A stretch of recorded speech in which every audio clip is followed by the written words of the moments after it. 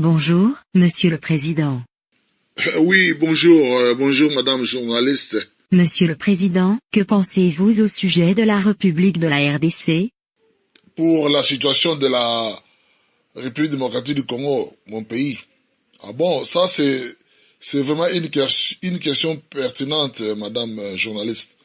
J'aimerais vous informer, comme je l'ai dit lors de mon discours du vendredi 26 octobre 2018 de cette année. Vous savez, je l'ai dit et je l'ai redit encore dans cette interview, que la RDC, mon pays, est en train de traverser une situation vraiment cruciale. Et cela devient encore de plus en plus crucial. Raison pour laquelle j'ai voulu vous répondre à cette question. J'ai tenu ce discours et aujourd'hui c'est une semaine. N'est-ce pas, madame? Une semaine juste aujourd'hui. Le samedi 3 novembre 2018. Mais vous regardez vous-même, juste après ce discours, pas même une semaine, vous avez vu la réaction d'alias Kabila Joseph. Vous avez vu la réaction. Et ça, ce n'est pas un secret, c'est tout le monde qui a vu. Et les matériaux sont toujours là, soi-disant les matériaux de CENI. Donc, c'est vraiment triste. Il y a encore des tueries qui continuent. Nous devons beaucoup parler de ça. À Madimba, à Kisantu, à Beni. Donc, vous comprenez, donc la situation est toujours chaotique. Voilà la raison pour laquelle j'ai voulu éclaircir un peu par rapport à votre question, Madame la journaliste. J'ai assez expliqué à ce point-là. Je ne sais pas si vous avez encore d'autres questions. Monsieur le Président, je voudrais savoir, quel est votre avis par rapport à d'autres candidats des partis politiques qui veulent aller aux élections? Je comprends bien cette question. Quand vous voyez alias Kabila qui dit que il prend congé et donc lui-même qu'il a dit, hein, il a dit qu'il est démissionnaire. Il a soi-disant son dauphin Emmanuel Chadari comme dauphin. Et nous avons vu, vous tous, nous sommes tentés de voir le scénario et de plusieurs facettes qu'ils sont tentés de nous faire voir. Mais en réalité, ce n'est pas la vérité. Ce n'est pas la vérité. Il y a quelque chose qu'ils sont tentés de cacher dedans. Aujourd'hui que je vais encore démontrer, une fois de plus, à l'opinion tant nationale et internationale, à ce qui concerne ce petit manœuvre de leur petit jeu-là. Emmanuel Chadari n'est pas le vrai dauphin. Le vrai dauphin en question, c'est lui-même, alias Kabila Joseph, et avec un certain Azarias Robert. D'ailleurs, je viendrai beaucoup plus longtemps sur cette personne-là, parce que c'est une figure, une personne clé. Sans lui, Kabila, alias Kabila Joseph, ne sera pas résister jusqu'à ce jour avec des stratégies qu'ils sont en train de prendre. Donc, c'est vraiment important ce point-là. Oui, je vous écoute, monsieur le journaliste. Monsieur le Président, je voudrais savoir, quel est votre avis par rapport à la CENI? Que pensez-vous? Et aussi, quelle est votre impression à ce sujet? Ah bon, vous me posez la question à propos de la CENI, monsieur le journaliste. Vous devez savoir, si les peuples congolais ne savent pas, mais moi je vous informe. À ce qui concerne la CENI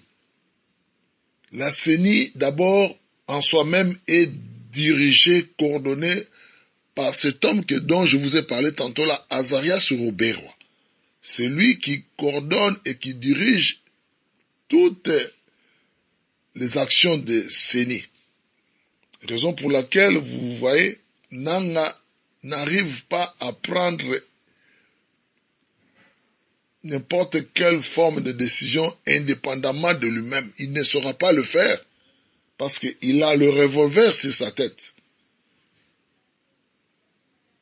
Donc, Azarias Ruberwa, a un commun accord avec alias Kabila Joseph, qui coordonne tout, vous avez vu, et nous voyons jusqu'à maintenant. Kabila Joseph, depuis 2016, d'abord, il n'a jamais été légitime dans ce pays-là. Il est venu par assassinat de Mouzé Laurent Désiré Kabila en 2001. Il y a eu encore, après son investiture par coup d'État, il a arrêté Edi Kapend. Il a fait porter le chapeau à Edi Kapend. Je vous explique, monsieur, pour arriver au problème dont je vous sentais de vous expliquer de Azarias Ruberwa. Et il y a eu l'élection en 2006 avec Jean-Pierre Bemba.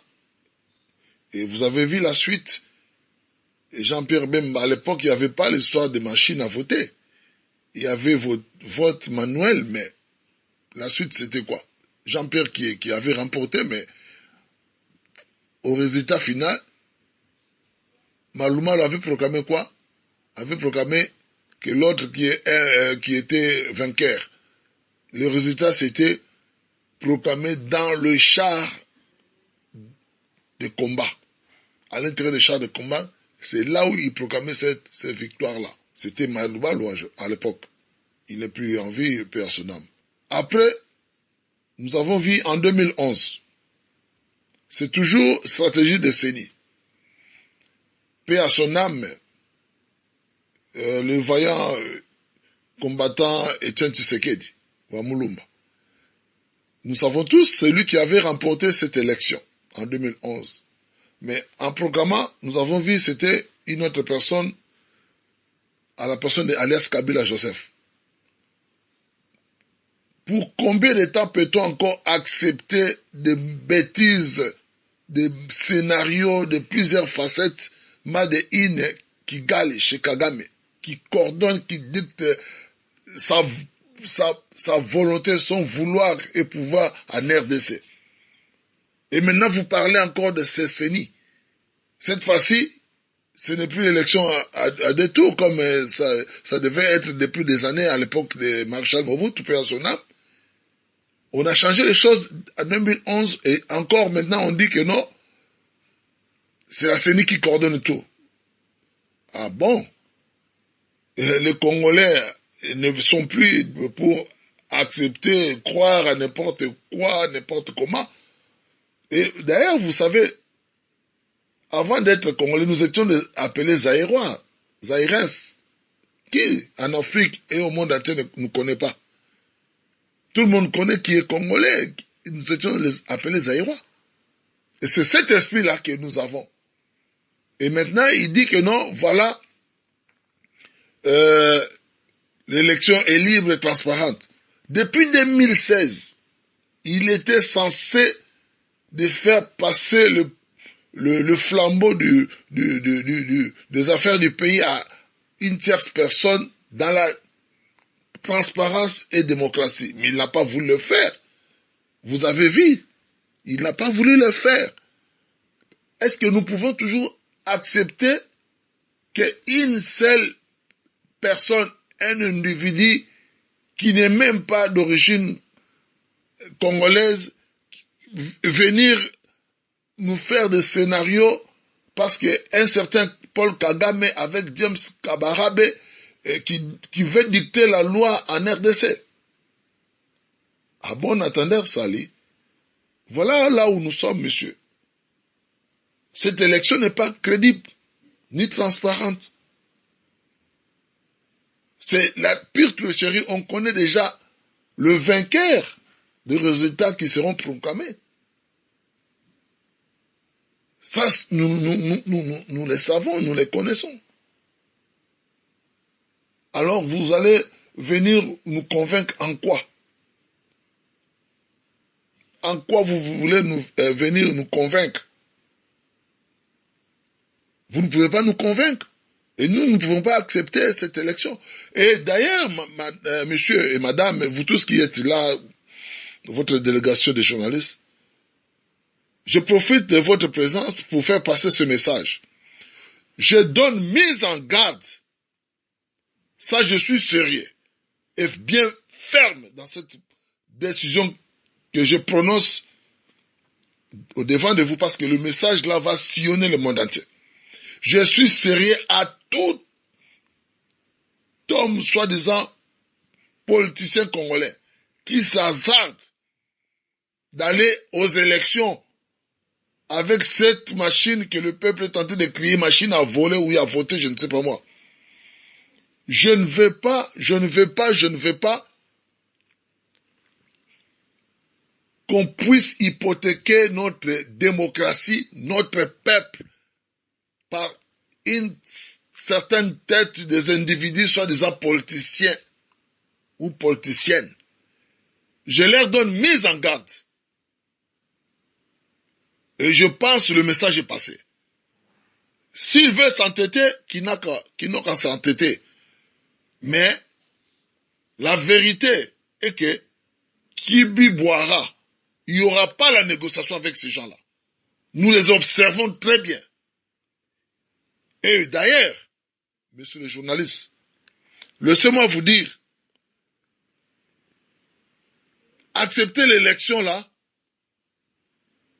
c'est le manque du respect à la mémoire de nos victimes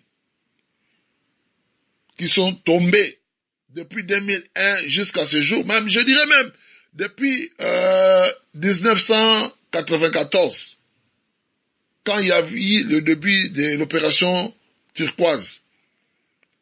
Et c'est ajouté encore les événements de Tingi-Tingi, ainsi de suite, jusqu'à arriver 17 mai 1997, donc 1997, lors de l'entrée, de l'arrivée de AFDEL, qui était accompagné, dirigé par un certain James Kabarabe, qui était le chef d'état-major.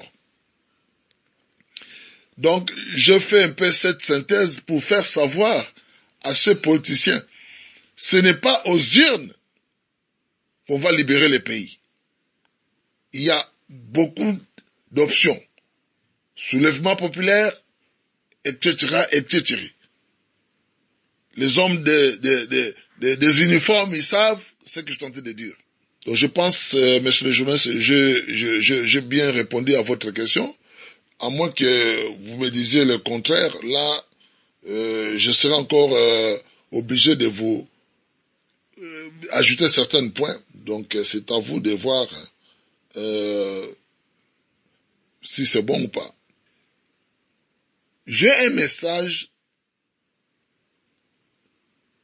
qui est important et nécessaire. Tout le monde est tenté de voir l'opinion tant nationale et internationale, l'agression de la folie de Paul Kagame. Je pèse bien mes mots. L'agression de la folie de Paul Kagame qui ne veulent pas cesser de nous agresser, d'agresser mon pays.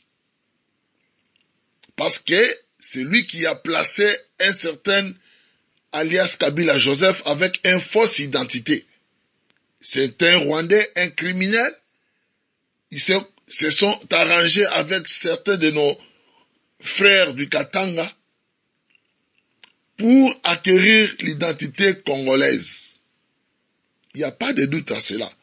Parce que nous avons vu, à l'époque, comment Aimé Kabila a osé dire tout haut ce qui se faisait tout bas. Il n'y a personne qui peut nous contredire à ces propos. Parce que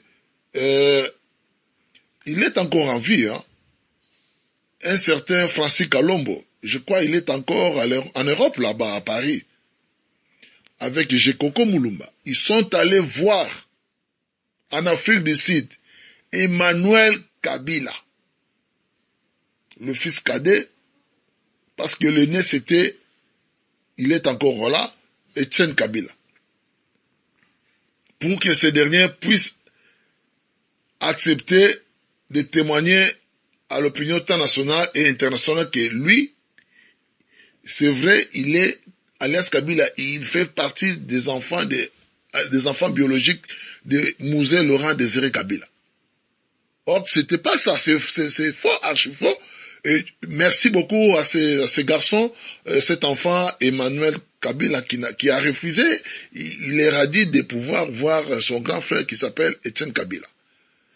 Et les personnes qui étaient à ces démarches, après nos frères de Katanga, c'était ce garçon qui est à Paris, Francis Kalombo, et accompagné de Jekoko Moulumba. Ça a failli même chercher des problèmes à l'enfant de Laurent Désiré Kabila, comme fille sa petite sœur Aimée Kabila. Il a risqué sa vie, Etienne Kabila. Rien que ça. Le même Francis Kalombo qui dit aujourd'hui, il est opposant, mais nous avons des informations, nous avons des services de renseignement, même n'importe où dans le diaspora, en RDC, nous avons nos services de renseignement. Et dans ce pays, dans le royaume de Belgique, là, lui, Francis Kalombo, il est allé ouvrir une cellule de PPRD à Anvers. Il a trompé les gens là-bas, en Europe, dans ce royaume de Belgique. Nous avons des informations sûres et vérifiables. Et le même Francis Kalombo, ça, j'aimerais attirer l'attention de beaucoup de Congolais qui ne savent pas, de faire attention avec ce genre de déclarations. Ce sont des gens qui vous ont suivi en Europe là-bas pour déstabiliser votre résistance. Un Francis Kalombo qui s'est dit aujourd'hui opposant du régime de alias Kabila Joseph, c'est un faux opposant. Moi, je ne peux pas lui faire confiance. Aujourd'hui, Eugène Diom Ndonga allait tenter de s'accroupir aux prisons centrales de Makala. Qui est l'auteur? Avec de fausses stratégies, de fausses témoignages pour que Eugène Diom Ndonga soit arrêté. C'est Francis Kalombo. Il faut aussi revenir un peu au passé. Bon, ils peuvent tromper la population de la rue, mais c'est pas cette population de la rue aujourd'hui qui sont toujours aveugles. Non, on voit, on connaît. Les archives sont là. Avec un faux diplôme d'avocat. Bon, j'en passe. Revenez à ce qui concerne Azarias Roubert. Azarias Roubert, si les gens ne savent pas, il était venu à l'époque, c'était Zaïre, demander l'asile. Il a demandé son asile politique. On lui avait accordé et il était admis comme étudiant à l'université de Lubumbashi. C'est là où Azarias Roubert a résidé. Dommage aujourd'hui, s'il peut encore ignorer son passé, nous ne pouvons pas ignorer cela. Les archives sont là. Le même Azarias, madame la journaliste, il faut me suivre bien. C'est pas si longtemps, il a passé son interview auprès de notre jeune frère journaliste Marius Muunga. Muunga aussi, c'est Muunga. Aux États-Unis là-bas. Ce dernier, donc, Azarias Roubert, il avait accepté que oui, il est Tutsi, rwandais. Mais la même personne qui dit que non, permettez-moi, monsieur le journaliste, je suis Tutsi congolais. Mais chez nous, il n'y a pas de Tutsi congolais, ce sont des étrangers. Dommage, notre pays, à l'époque Zaïre, on disait toujours comme slogan, le Zaïre est un pays hospitalier. Tout le monde le sait. L'opinion internationale et internationale le savait. Regardez notre hospitalier. notre hospitalière. Regardez où ça nous a amené aujourd'hui. Notre personnalité, notre dignité est bafouée par ce même gens que nous avons accueillis hier. Aujourd'hui, ce sont ces mêmes gens qui se moquent de nous. Mais l'histoire nous donnera raison un jour. Parce que trop c'est trop. On ne peut plus accepter ce genre de situation. Nous ne pouvons en aucun cas accepter cela. Nous sommes victimes de notre hospitalière. Nous sommes victimes de ça. Comment pouvons-nous accepter ces choses? Comment pouvons-nous accepter? Les gens qu'on a accueillis à bras ouverts, ce sont ces mêmes gens qui nous combattent. Ce sont ces mêmes gens qui se moquent de nous. Ce sont ces mêmes gens qui veulent nous arracher notre beau cher pays. Qui ne sait pas que la RDC et le scandale de Jardin Eden, tout ce que vous pouvez chercher comme matière première, que sais-je encore, sol, sous-sol, c'est en RDC, le Jardin d'Eden. Voilà le problème. Nous acceptons de négocier avec nos partenaires. Mais je l'ai dit, Madame la journaliste, dans mon discours, je n'ai pas voulu utiliser le mot négociation. Je n'ai pas voulu utiliser ça. On ne peut pas, il faut à tous ces pays amis, aux ambassadeurs accrédités au sein de la République démocratique du Congo, de transmettre ce message à leurs dirigeants. Le message est bien dans mon discours. Il ne faut pas pouvoir accepter la négociation avec un président démissionnaire au nom d'alias Kabila Joseph. C'est un président démissionnaire. Il a démissionné, il n'a pas le mandat du peuple ni de la Constitution pour aller négocier. C'est ça le terme que je n'ai pas voulu. Moi, je parlais du terme contrat. Au nom de la République, à tous ces pays-là. J'ai dit N-O-N. Et je suis bien clair là-dessus. Ça, c'est la vérité. Vous m'avez demandé, madame, mon point de vue, c'est ça. C'est un homme, nous l'avons répété, nous l'avons dit, de faire ses valises avec tous ses conseillers. Et s'ils s'entêtent, les conséquences seront plus graves. Ils vont assumer leurs conséquences. Et d'ailleurs, dans ce point-là, je crois, il n'y a personne qui peut s'opposer ou bien me contredire. Dans tout ce climat politique que traverse la République démocratique du Congo, quelle est votre décision finale? Pour préserver la paix dans notre pays,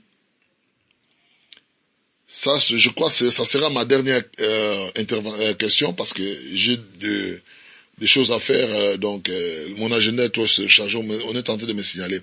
À ce qui concerne la paix, pour préserver la paix à notre cher et beau pays, je demanderai d'abord aux opposants rwandais de mettre la main sur Paul Kagame. Et s'ils ne le font pas, je vous rassure, madame la journaliste, monsieur le journaliste, vous qui êtes ici présents, nous les ferons et nous sommes prêts déjà. Ce n'est pas l'endroit propice pour que je puisse dévoiler nos stratégies ici. Non, je ne peux pas le faire ici.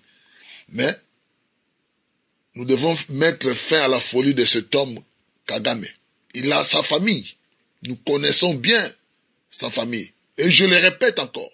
Si l'opposition rwandaise, qui sont au Rwanda ou à la diaspora, ne mettent pas la main sur Kagame et James Kabarabe, nous les ferons à leur place. Et je vais même plus loin pour dire qu'on va même arrêter James Kabarabe. Nous allons les arrêter. Vous savez, madame, je vais vous dire une chose. Ça, je l'ai toujours dit dans mes discours. Qui pouvait imaginer la chute d'Idi Amin Dada? Il était l'homme fort. Ce que Idi Amin Dada a fait, Kagame n'a jamais fait ça. Kagame, c'est un criminel, c'est un assassin. Il mérite l'arrestation et il sera arrêté, madame. Parce que le sang de nos compatriotes congolais continue à couler et continue à crier, madame. Je ne suis pas fâché. Je parle à mes adversaires, c'est comme ça, je monte les tons avec ce langage. Je ne suis pas fâché. Et je suis... Non, ah oui, c'est comme ça. Il faut parler avec ce langage à ceux qui font souffrir le peuple, le petit peuple opprimé. Donc, moi, je ne peux pas me permettre de parler à un ton plus bas. Et je le répète, je le dis tout haut. Si l'opposition rwandaise à Kigali, au Rwanda tout entière, ou soit au sein de leur diaspora, n'arrive pas à arrêter cet individu-là, Paul Kagame, nous allons l'arrêter. Nous allons l'arrêter avec James Kabarebe. Pour qu'il y ait la paix dans le Grand Lac, ces deux personnes et leurs écuries doivent être mis hors état de nuire. Là, je ne badine pas, je suis sérieux dans mes propos. Et je disais, madame, qui pouvait imaginer la chute de Idi Amin Dada? Rien que pour ça. Et qui pouvait imaginer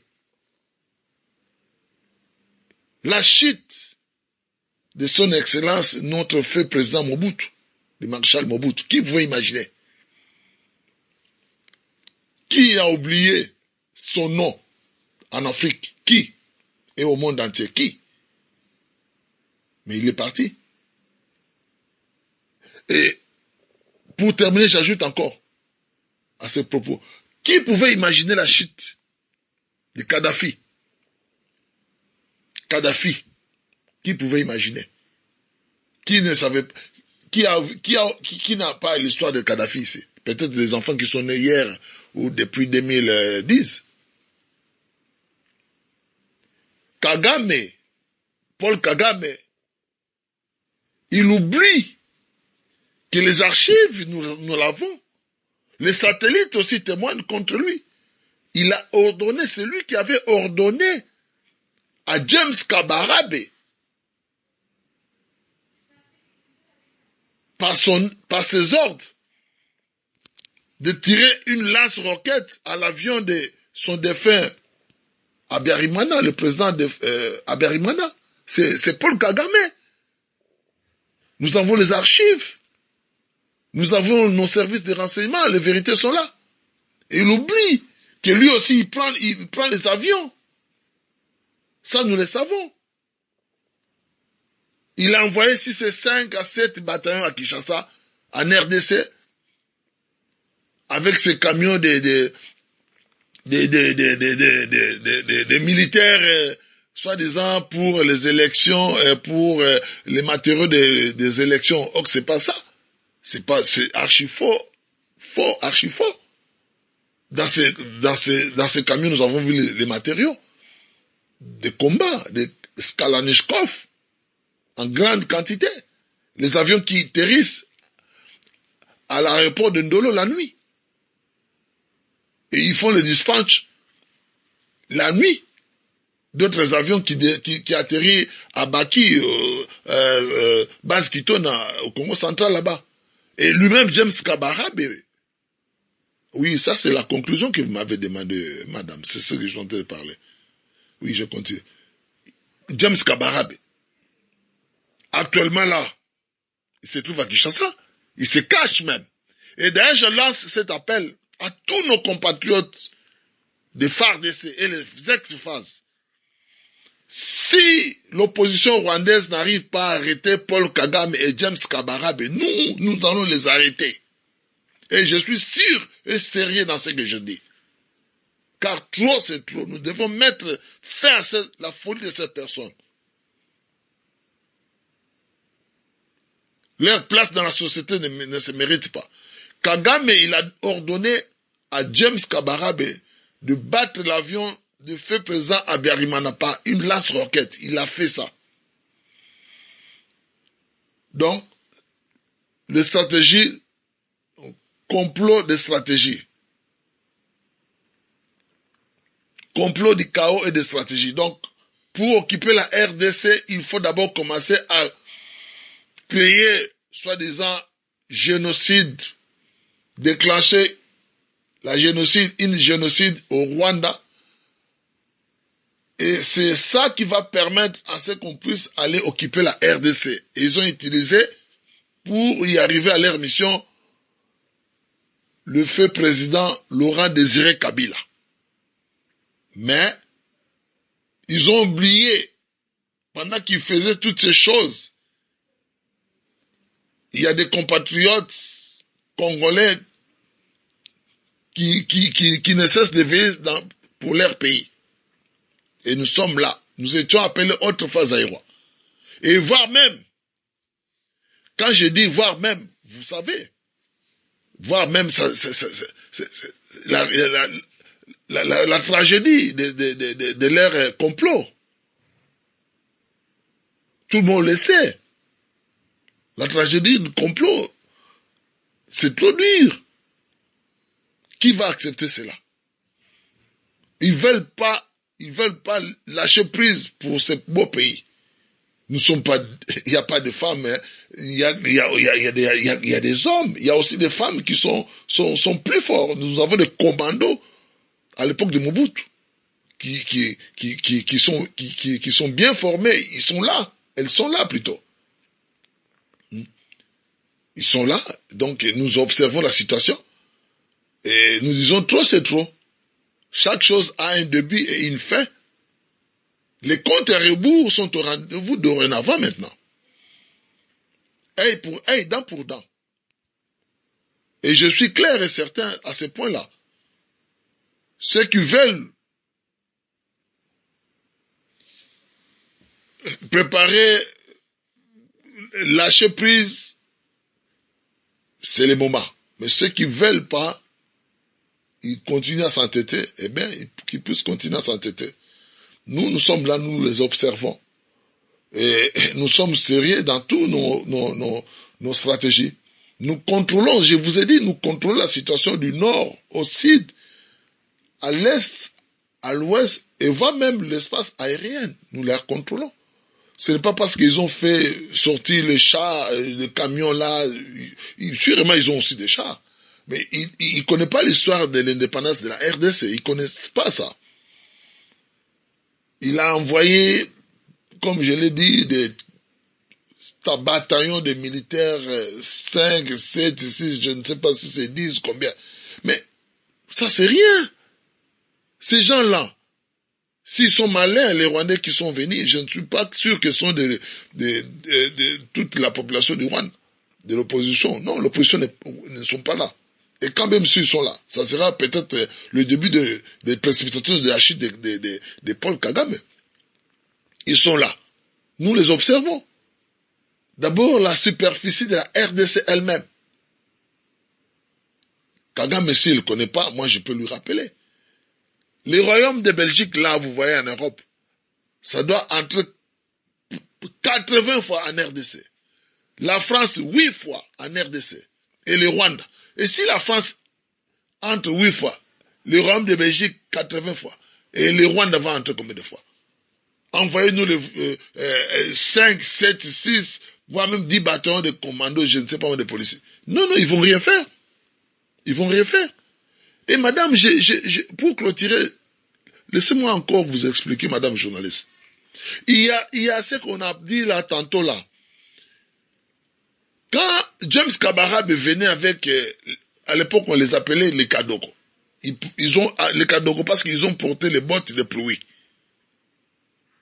Mais c'était, tout le monde voyait cela. C'était pas des généraux, ni des officiers. C'était des caporaux, les sergents. Mais aujourd'hui, le langage a changé. Paul Kagame a travaillé de ce côté-là psychologiquement pour affaiblir le moral de nos commandos de FARDC, nos soldats de FARDC.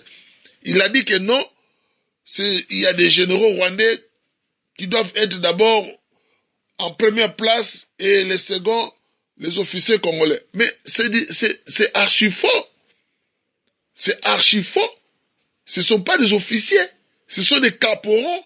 Ils ont changé cette appellation rien que sur le plan psychologique. Nous sommes bien formés. Kibi Boara, chaque chose à son temps. Kagame et James Kabarabe avec alias Kabila, ils ont semé le vent, ils vont récolter la tempête. Bisengeman et Charles, on lui a soi-disant changé le poste de remanié. Non, c'est pour bien coordonner la mission que Azarias, un certain Azarias Roberwa, leur a donnée avec James Kabarabe. Je suis obligé de les dire tout haut, de les dénoncer.